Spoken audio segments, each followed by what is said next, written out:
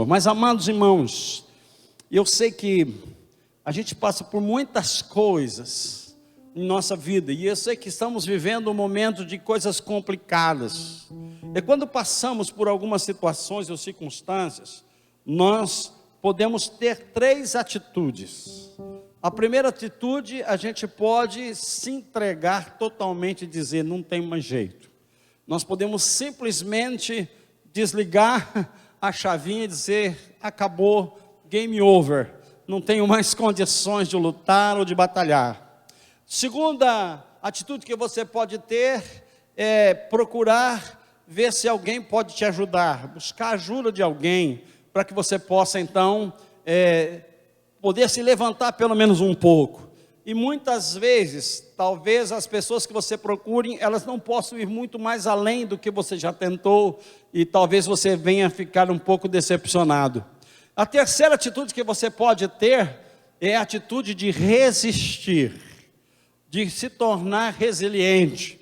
Mas é impossível que tenhamos condições de resistir se não temos em quem crer, em quem realmente é fiel para nos levar a alcançar o que queremos. Isso é uma verdade.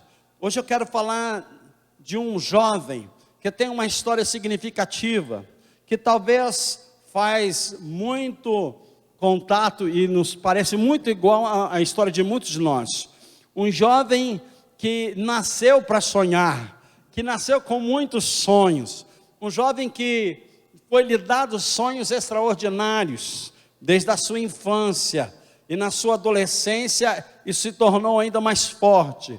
Já nos seus 17 anos de idade, ele tem sonhos tremendos, e que envolve a sua casa, envolve seus irmãos, e seu pai e sua mãe. Ele é o caçula de casa, e ele está ali vivenciando uma nova fase da sua vida, e esses seus sonhos vão trazer algumas complicações na sua própria história.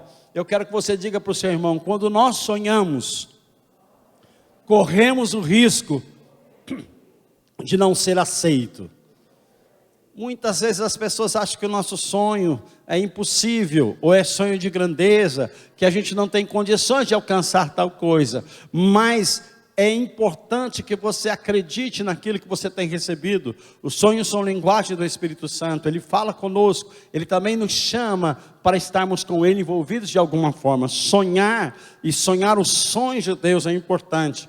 E então esse jovem começa a contar os seus sonhos, e esse é um grande risco que a gente corre, porque quando a gente sonha, a gente quer contar o que está sonhando, e de repente aquele moço começa a compartilhar com os irmãos o seu sonho, e ele sonha uma coisa tremenda. Ele sonha que ele está num campo, ele tem um feixe de trigo, ele está no centro, seus irmãos têm feixes ao redor, e os feixes dos seus irmãos se dobram para ele, se curvam para ele, e os seus irmãos começam a dizer, esse menino é terrível, ele está achando que nós vamos servi-lo, nós vamos ser seus servos.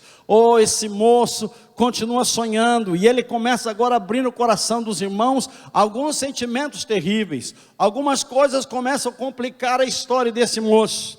Depois ele tem um sonho ainda mais profundo, ele sonha que o feixe dos irmãos se curvam para ele, mas ele sonha que o sol e a lua também se dobram. Ele está dizendo que os seus pais também iriam se dobrar sobre ele, e a coisa fica mais difícil, porque os pais ficam pensando que esse menino está sonhando demais, e isto abre muitas coisas. Outra situação é como ele era o filho caçula, seu pai já tinha uma certa idade, e ele passa a ser o filho querido, o filho cujo pai tem um carinho, tem um cuidado diferenciado. O pai resolve dar um presente para mostrar o seu amor por ele, e isso ainda mais acende os ciúmes e o problema da vivência dele com seus irmãos. Eu estou falando de José, o moço sonhador. Mas sabe, o nome José significa, me deu filhos o Senhor. Sua mãe buscou por isso, ela já tinha uma certa idade, o Senhor lhe dá um filho, e agora José é o prazer da resposta de Deus na vida daquela mulher. E José vem com algumas marcas especiais. Quando nós nos decidimos buscar algo de Deus, e quando algo de Deus fala no nosso coração, ao primeiro momento, nós temos pessoas ao redor que não entendem, elas não nos compreendem, e parece às vezes a nós mesmos algum problema. Creio que em alguns momentos José mesmo pensou de si: será que eu não estou sonhando demais? Será que isso não é demais para mim? Mas José continua tendo sonhos, sonhos não param. Eu quero dizer uma coisa para você: se os sonhos de Deus continuarem, não desista deles. Embora ao redor pareça difícil e as situações te cerquem, não desista deles. Isso aconteceu com José. Os sonhos de José acenderam no coração dos irmãos, ódio, ciúmes e inveja. E eles então decidiram tirar a vida de José.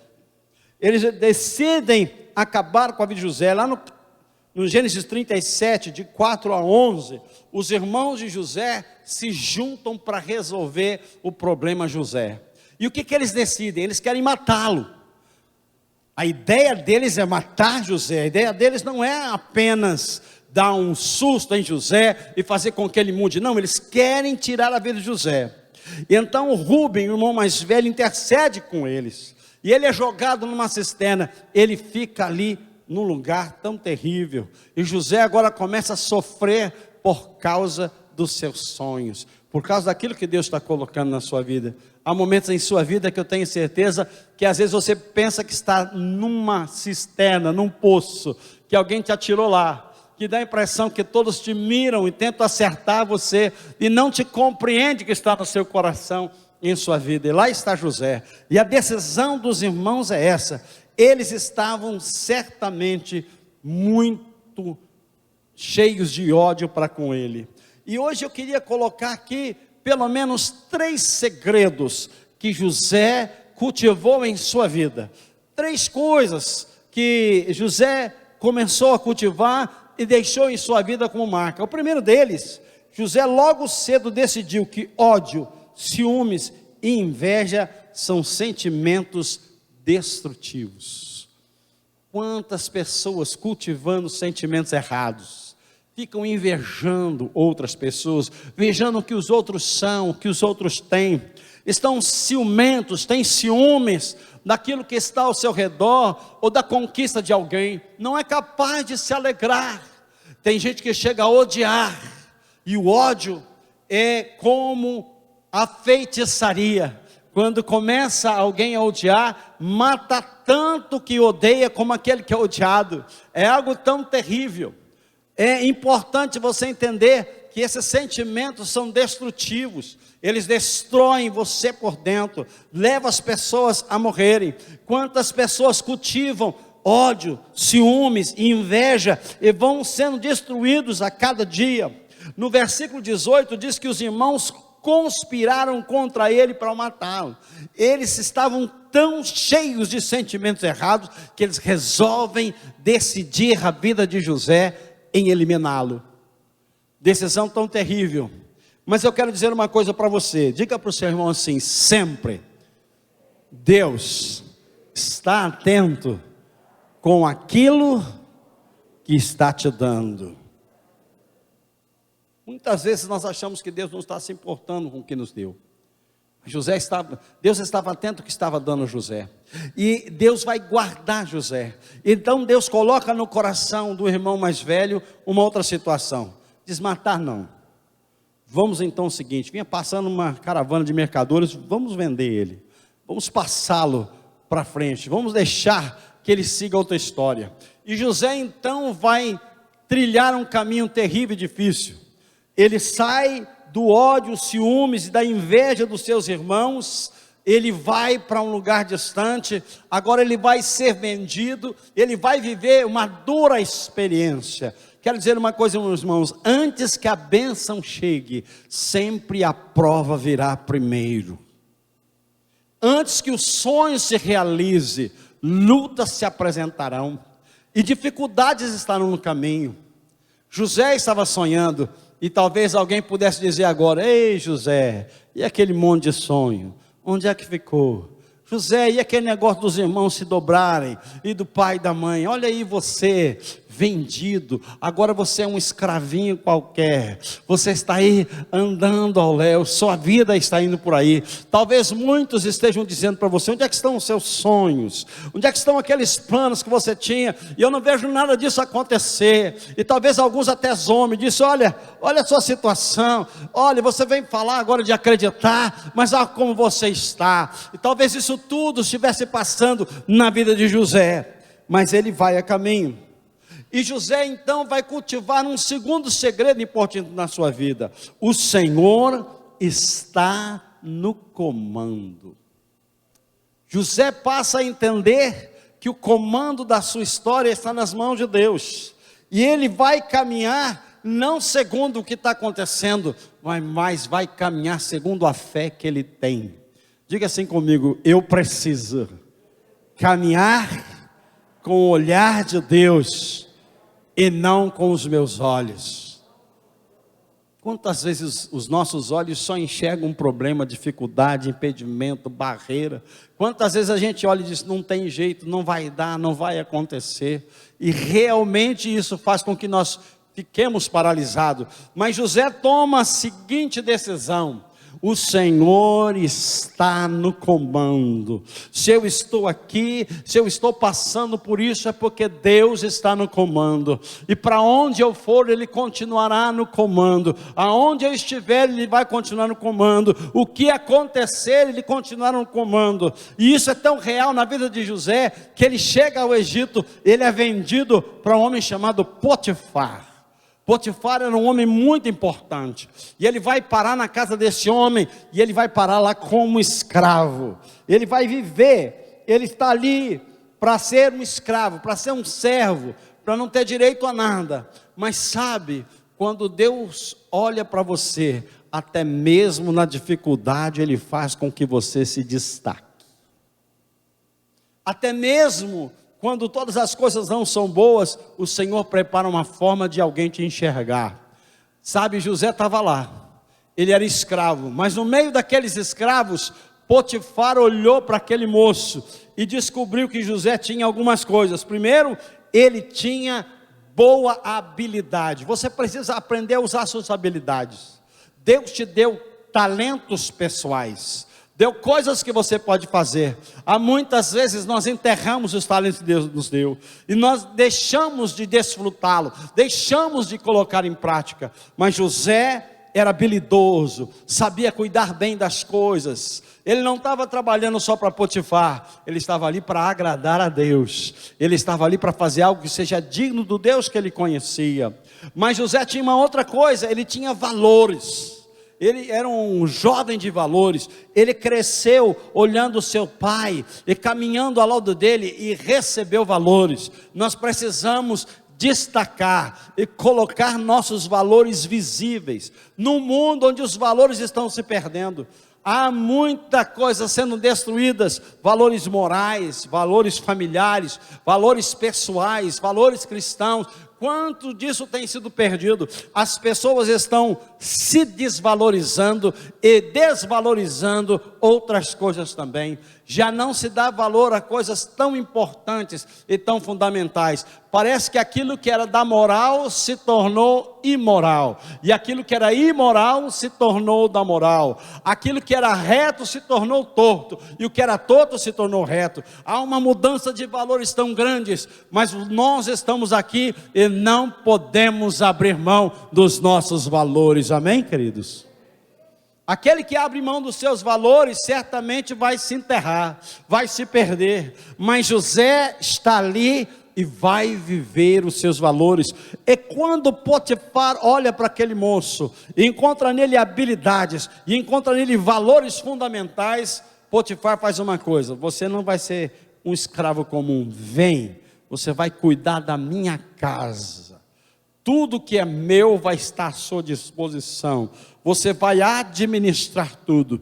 E José, que estava com a vida no controle de Deus, e José que sabia que Deus estava no comando, Deus o colocou e o exaltou, mesmo na dificuldade.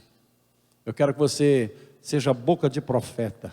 Fale para o seu irmão do seu lado: não importa situações, ou condições. Agora capricha, Deus vai te exaltar. Amém? Glória a Deus. Lá está José.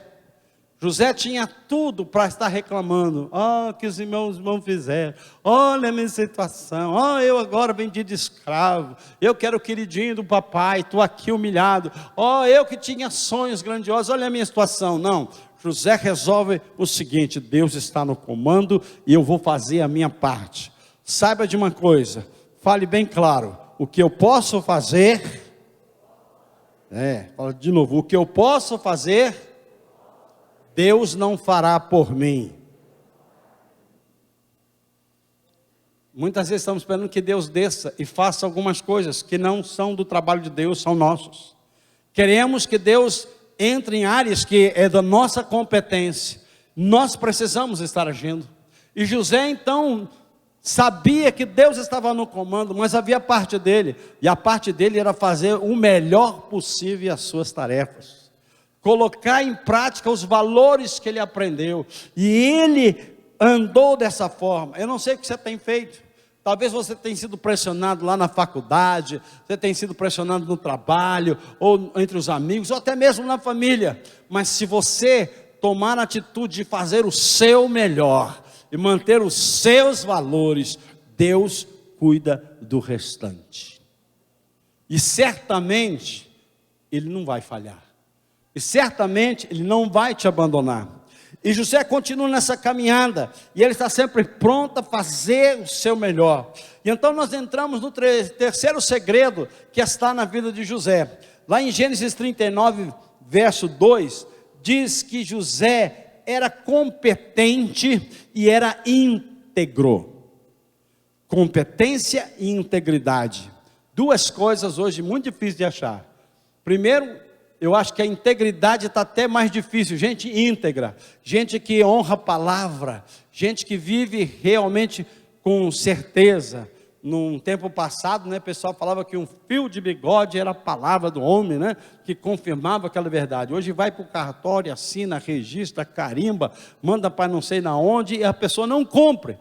Mas ele era íntegro. E uma pessoa íntegra é aquela pessoa que vive por inteiro os seus valores. Ela não está quebrada em nenhuma situação. E José é um homem íntegro, e era também competente.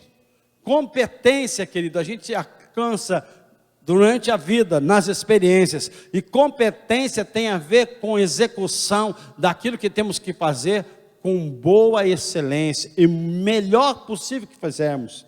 Ninguém vai se destacar por ser incompetente, ou por deixar as coisas por fazer, mas o Senhor está nos chamando. E está lá José, era competente e era íntegro. No verso 4, nós vimos que isso Potifar pôs sobre a sua casa. Potifar olha nele e vê sua competência, sua integridade, e sabe por quê?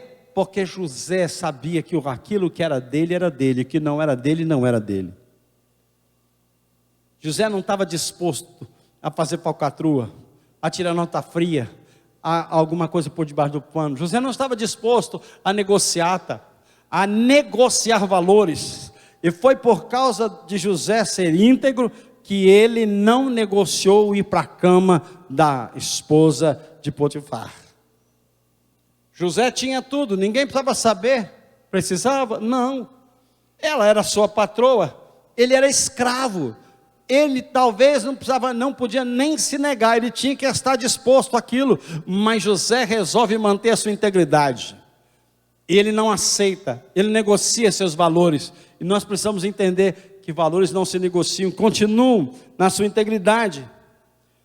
Em Gênesis 39, de 21 a 22, nós vemos que essa integridade de José continua depois das consequências. José mantém-se firme. A mulher de Potifar arma a situação, ele não cai, mas ele é tido por mentiroso, ele é acusado e é preso.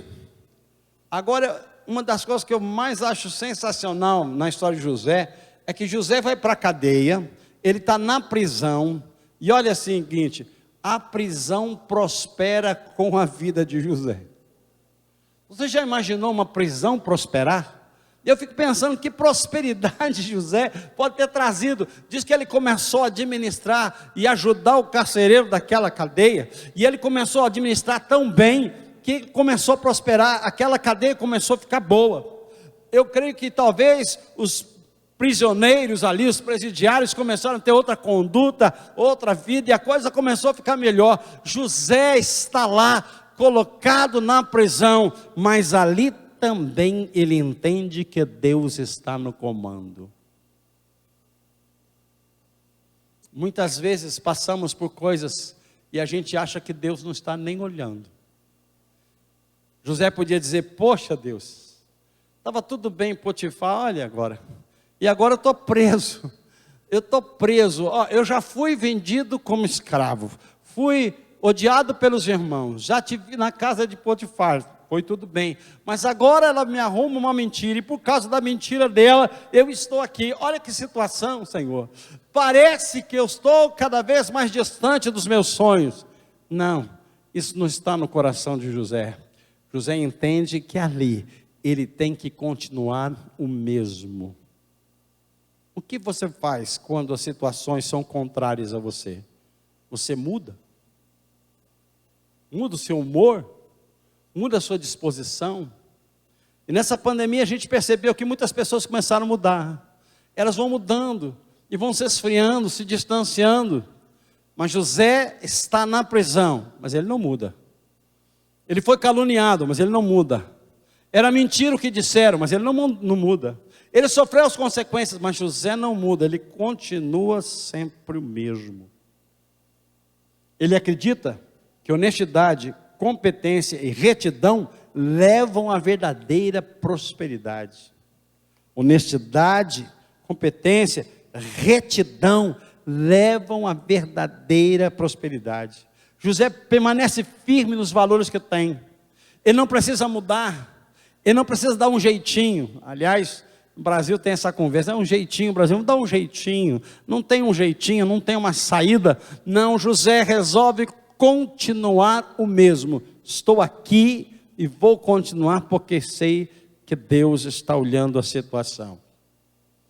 E olha, qual é a consequência de alguém que permanece em sua honestidade, competência e retidão? Alguém que não muda, alguém que não negocia seus valores, alguém que permanece firme e fiel, alguém que acredita claramente que Deus está no comando. Qual a recompensa? Bom, lá na prisão as oportunidades surgem.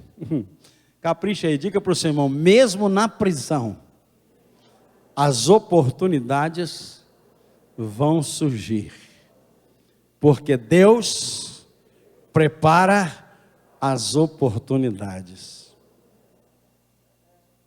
Tremendo. José está lá, o tempo vai passando e de repente tem dois prisioneiros lá que têm um sonho. E José interpreta o sonho daqueles homens. E conforme ele interpretou, as coisas aconteceram. E ele diz para aquele homem que foi restituído lá no trono do rei, no trono do faraó, diz assim: não se esqueça de mim quando você voltar na sua posição.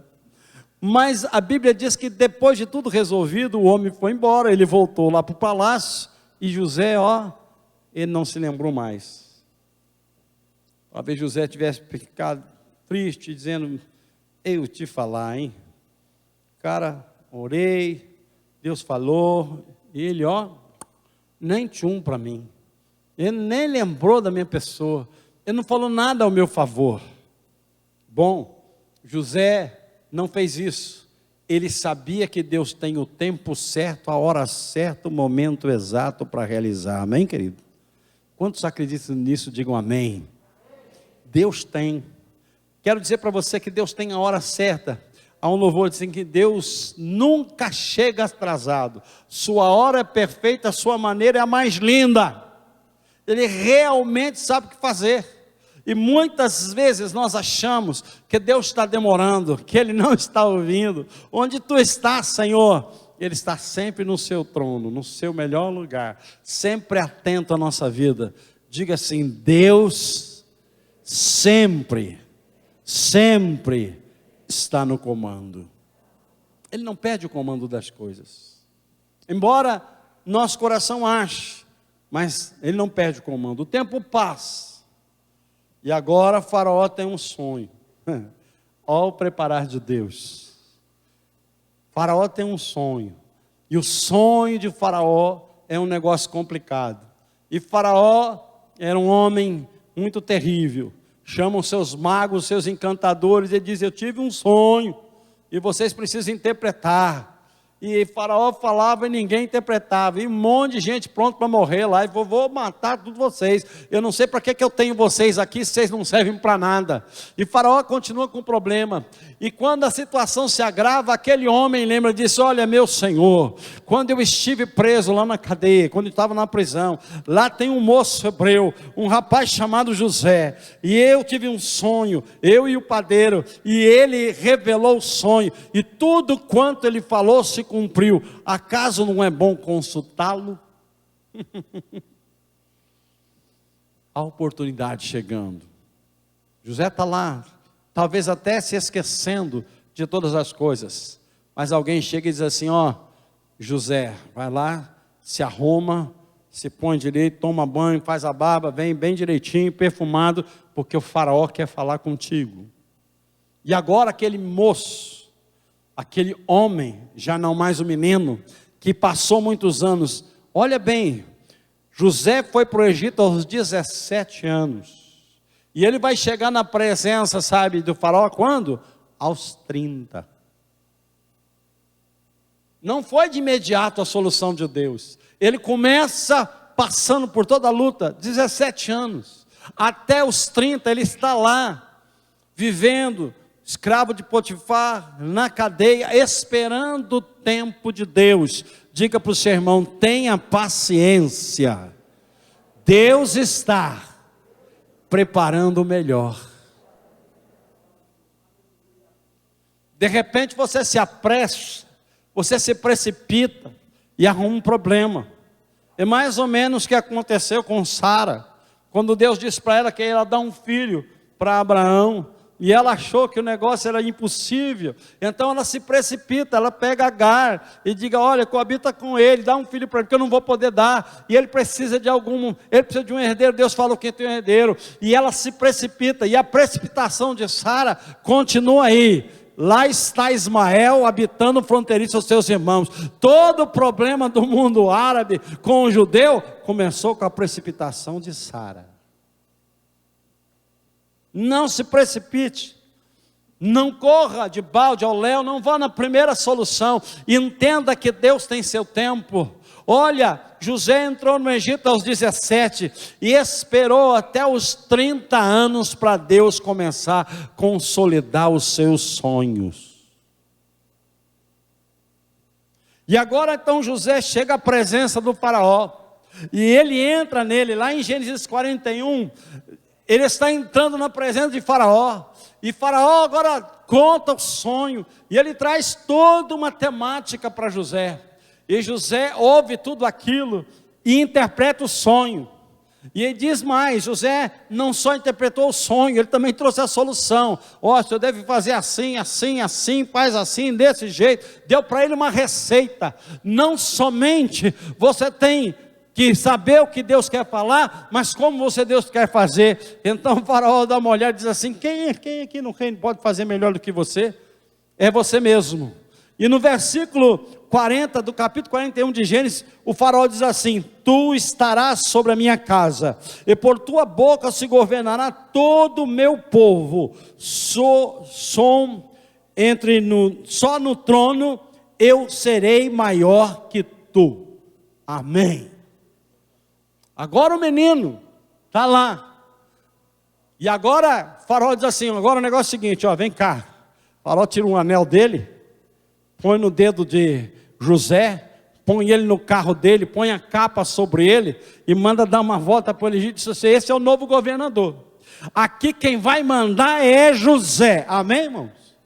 Eu sou faraó, no trono eu sou maior que ele, mas fora do trono, José manda em tudo.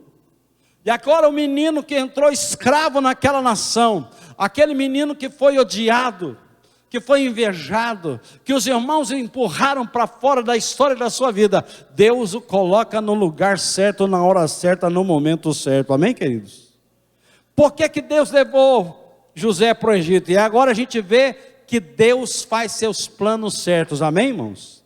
Deus não podia usar José lá onde ele estava. Deus precisava de José no Egito, e para isso ele permitiu que tudo aquilo acontecesse. Vou dizer uma coisa para você: tudo quanto tem passado é um preparar de Deus. Deus vai te colocar no lugar certo, porque quando você estiver lá, você vai ser bênção não só para você, mas para os demais.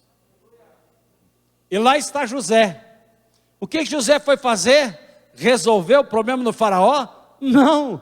José foi resolver o problema do mundo. Vinha pela frente a maior seca da história, vinha pela frente uma escassez terrível, algo terrível estava se levantando, mas Deus sabia que precisava resolver, por isso preparou a vida de José. E eu quero dizer para você profeticamente, Deus sabe lá da frente, Deus sabe o que está vindo, Deus sabe o que está preparado, Deus conhece os tempos e as estações, e Ele manda te dizer: estou te preparando para o tempo certo para te usar. Embora tudo ao seu redor pareça difícil, eu vou dizer para você, é apenas o preparo para aquilo que Deus quer fazer. José simplesmente teve que seguir firme e acreditando e dependendo do Deus que havia lhe dado os sonhos. Eu lembro quando eu ainda era menino, Deus falou para mim que eu ia a algumas nações da terra. Eu era menino, 12, 13 anos de idade, o tempo passou, e quase aos meus 50 e poucos anos, eu estive andando por outras nações. Deus me levou tempo, mas o Senhor não esquece o que prometeu. Levou tempo, mas Deus cumpre a palavra empenhada. Levou tempo, mas Deus não esqueceu de José, só apenas preparou para o lugar que ele tinha que estar. E se você notar, José foi crescendo, ele foi treinado na casa de Potifar, passou pela graduação lá na prisão, e agora ele é pós-graduado em governo lá no Egito. Amém, irmãos? Ele vai preparando, Deus vai fazendo com que você passe por momentos e por preparações tão importantes, para que então você esteja apto, você esteja habilitado, para então o Senhor poder te usar. Muitas vezes nós achamos que Deus tem pressa. Não, Deus não tem pressa. Quem tem pressa é o diabo. O diabo tem pressa em provar para você que ele pode. Então ele age rapidinho para manter a sua ligação. Mas Deus não tem pressa, porque Deus sabe aonde e quando vai te usar. Então o que eu tenho que fazer? Seguir os 3 segredos de José. Primeiro, não deixar na sua vida, de modo nenhum, nem ciúmes, nem inveja, e muito menos ódio. Arranque essas coisas do seu coração. Não permita que nada do passado nem do presente venham interferir no que Deus quer fazer na sua vida. São sentimentos destrutivos. Confie sempre, indubitavelmente, que o Senhor está no comando. Ele continua comandando todas as coisas. Embora você não perceba e você ache que a rota está torta, não está não. Deus está te conduzindo, e Ele vai fazer com que você chegue lá. Por último, não abra mão dos seus valores. Mantenha os seus valores, sua honestidade, sua competência, sua retidão. Entenda que ser próspero não é ganhar milhões, mas é ter a vida em ordem, é viver em paz, deitar a cabeça no travesseiro e dormir em paz, dormir o sono do justo, entender que o Senhor cuida dos detalhes em sua vida. E José se manteve dessa forma, e deixou que Deus o levasse aonde ele tinha como plano. Por isso, nessa noite, eu quero falar contigo claramente, com você moço, moça, com você irmão, irmã, você que tem ainda um sonho, você que acha que ainda não cansou, talvez você tenha até se cansado, e você acha que isso não vai acontecer. Vou dizer uma coisa para você: tire isso do seu coração. E isto impede de que Deus possa continuar te preparando para onde Ele quer te colocar. Entenda que a gente tem que estar pronto para essas coisas. Às vezes eu vejo as pessoas querendo alcançar algumas coisas e eu fico muito preocupado. Tem um jovem que trabalha de vez em quando lá no Espaço, lá como garçom, e ele fala: meu sonho, eu quero ir para os Estados Unidos, eu quero ir para lá, eu quero crescer e tal. Eu falei: você fala inglês? Ele falou: não. Eu falei: então você não vai para lugar nenhum, filho. Você tem que se preparar. Eu falei: você tem alguma formação? Não, estou começando a estudar agora. Eu falei: então você não vai. As pessoas querem galgar coisas que não estão prontas ou preparadas, elas querem simplesmente ir. Eu quero ir. E fica dizendo: por que é que Deus não abre oportunidade? Porque não está pronto para ir.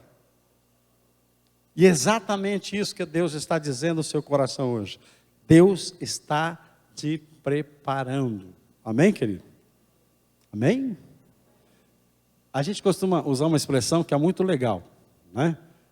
Olhe para o irmão do lado e diga assim: se você, por um acaso, ver em mim alguma poeirinha, não ache estranho, eu estou em construção. Amém, queridos? Muitas vezes alguém acha um falha, defeito. Essas poeiras fazem parte, nós estamos em construção. Deus está construindo um edifício para se tornar sólido e firme. Feche seus olhos em oração. Eu quero orar contigo. Você que decide deixar Deus continuar no comando, que você vai manter-se na sua posição, entendendo que como Deus conduziu José, está conduzindo a sua história, que Deus não se esqueceu de ti, que pode tudo ao redor ser contrário, mas Deus continua no comando, e você simplesmente, como José, mantém sua posição de fé. E se você quer retomar a caminhada, se você crê certamente que quer deixar Deus te preparar para isso, entendendo que você não vai desistir do que Deus te deu, eu quero convidar você a estar de pé no teu lugar. Eu quero orar por você, para que Deus continue trabalhando na sua vida, para que a sua história se complete, em nome de Jesus. É só você ficar de pé no seu lugar. Glória a Deus, aleluia. Deus vai completar a trajetória. Essa trajetória, ela pode ser longa, pode ser mais curta, mas depende de Deus. Mas depende de você. Às vezes você saiu de um lugar, veio para outro, você não está entendendo nada. Não, por que é que Deus me trouxe para cá? Olha, Deus não faz nada sem propósito. Deus não faz nada por acaso. Vou te dizer uma coisa que eu disse aqui na quinta-feira: você não caiu de paraquedas na sua situação, Deus está direcionando a sua história. E se você quer realmente consolidar algo com Deus, eu quero te convidar a você ficar de pé. Eu quero orar contigo, para que Deus continue te dirigindo, te levando, e Ele vai chegar lá. Quero que você tenha no seu coração que você não precisa interferir, você precisa fazer o que é necessário, e o Senhor vai dirigir a sua história, em nome de Jesus. Eu quero orar por você, em nome de Jesus. Pai, eu quero orar por essas vidas, Pai, que certamente, Senhor, tem muitas vezes dúvidas e medo, e que em alguns momentos, ó Senhor, o coração pensa até em desistir, e que pensa, Senhor, que nada está acontecendo. Mas eu quero, Senhor, que Tu fortaleças a mente e o coração deles, com a certeza que o Senhor está tomando conta de cada detalhe, que este processo que eles estão vivendo é necessário para construção, solidificação. Eu peço, Senhor, que venha sobre eles um espírito de fé e de obediência, encaminhar certeza, com toda certeza no seu coração. Senhor, os coloca na onde o Teu plano está. Eu peço isso em nome de Jesus. Amém e amém. Podeis assentar, queridos, em nome de Jesus. Glória a Deus.